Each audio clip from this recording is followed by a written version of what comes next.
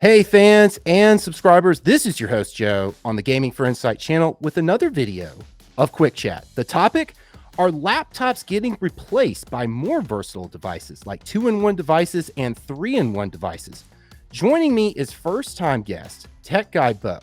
Tech Guy Bo, welcome to Quick Chat. Thanks for having me. Glad to be here. It's interesting in 2025, we're seeing that handhelds with the APUs, 2-in-1 devices, even 3-in-1 devices, they are advancing as far as what performance that they can reach for gamers and playing their favorite AAA games. You are a subject matter expert when it comes to laptops. You have an impressive collection of laptops and provide your viewers so many details about them for those that are interested. We've had devices like the Asus ROG Flow Z13 come out with its impressive Strix Halo APU, and we also have the OXP X1 Pro 3-in-1 device as well with an impressive APU. With these serving as two examples, are laptops as prominent for gamers as they used to be 5 years ago or a decade ago? That's a good question, and it's a tough one to answer because the market is always up and down based on demands, needs, and that. But I absolutely do agree with you. There is a pretty prominent shift away from just laptops being, the gaming device. When I started getting into gaming more heavily on PC gaming, it was always the laptop, and the desktop. There were no real handhelds. I mean, you might get a Game Boy or something like that, but we're actually seeing an evolution not only in like 3-in-1 in terms of mobile devices, but also we're seeing a shift to the APU with like small form factor mini PCs, right? I've actually shifted my channel quite a bit into small form factor mini PCs because these APUs are so powerful now that you don't necessarily need to spend $4,000, $3,000 on a desktop computer because of these APUs. So we're actually seeing an evolution where we're seeing a split in both, where the handheld is no longer just the handheld little gaming Game Boy type thing. It's a device where it has real power behind it, right? It kind of came out with I'd say the Steam Deck was the first, where we got into a real gaming device where it had the chops to be a gaming device, and you could still use it as a PC, right? It ran an operating system that was similar to Windows, and it had the power to do it. And we started seeing people use docks and that for a PC because you can just have that. Now we're seeing where companies like 1xPlayer, for example, is embracing the X1 Pro, where it is truly embracing the all-in-one type device where we have the APU that will provide gaming performance. We have detachable controllers, retachable controllers, and then we also have the ability to snap on a keyboard and use it as a real gaming device. And with an Oculink dock you can't see off camera, we can even replace the desktop, or you still might need a graphics card, but you can replace a desktop with it as well. With that Oculink, you have an enhanced connection with a higher bandwidth than you would have with a USB-C connection, DisplayPort, Thunderbolt support with that. Let's talk a little bit about the 1xPlayer X1 Pro. You went hands-on with it. You have at least 2 videos on your channel talking about gameplay performance with Avowed, and then you did also your impressive review. With the time that you've spent with laptops, and then you had a chance to sit down with the X1 Pro, as far as what the device did for you and what it fulfilled, have you found that it has made you prefer a 2-in-1 or a 3-in-1 device instead of a laptop that you have within your collection? What was your experience? Yeah, so there's always an incentive. I think like creators do it as well to go with that streamlined setup where, if you have a computer, you have a handheld, and you have a laptop, you have multiple devices, meaning you have to juggle multiple devices. If you're a creator type, you might have things like videos on multiple devices. It can be frustrating to juggle multiple devices, right? How do I get my data from this to this, to this, to this?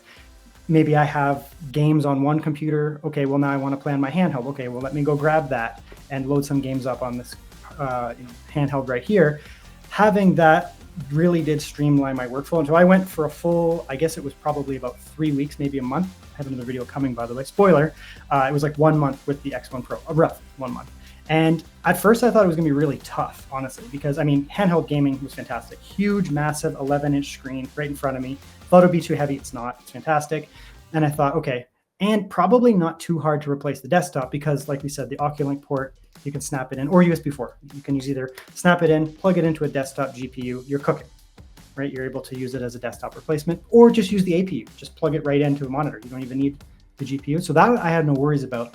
But then there was the laptop aspect. Am I going to be able? I do most of my video editing on a laptop, just for this kind of insider take.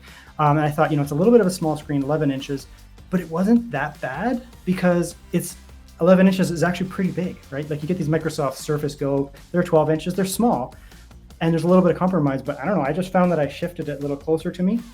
So I think that, if you're looking for a dedicated laptop device, a lot of people are still going to be looking at, MacBooks. They don't even really game that much. The typical Windows machine that's just going to be a typing machine with a screen attached to it, a mobile typing machine. But then there's people who are gamers, right? And they look at the laptop potentially as their primary gaming device, where now you have the ability to potentially replace, and they're very expensive, by the way. That's one thing to point out here. They're very expensive devices. So you have the ability to replace potentially a desktop, a handheld, like a Steam Deck, and a laptop to justify the cost of this device that can do all of it with a little tweaking here and there, a little compromise here and there. It's interesting with laptops now and the development of them each year. Even in 2025, I went to CES and saw the Asus booth, and the 50 series mobile laptops were there. Are laptops still providing something, a feature or features, maybe even having still the separate CPU component and GPU component instead of just having a dedicated APU? Are they still providing something that 2-in-1 devices, 3-in-1 devices, and gaming handhelds still need to catch up with, and that's why there still is a market for them? Yes, but not for long. Yes, but not for long.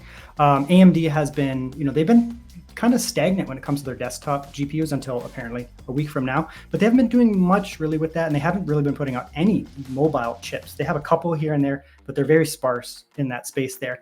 And I think it's because they've realized that the APU is where the money is, right? When you're using a laptop that has dedicated CPU, dedicated GPU, you're fighting against wattages, right? So you have potentially maybe an HX processor from AMD or Intel putting out a ton of watts, maybe 100 watts into that chip. Then you need to also supply the APU or the GPU, right? So for that case, you have an NVIDIA GPU, whatever, and you're putting another 100 watts in there. All of a sudden you have a 240 watt machine. It has no battery life. It's heavy, it's hot, very hot, and it's expensive because you're paying for 2 chips.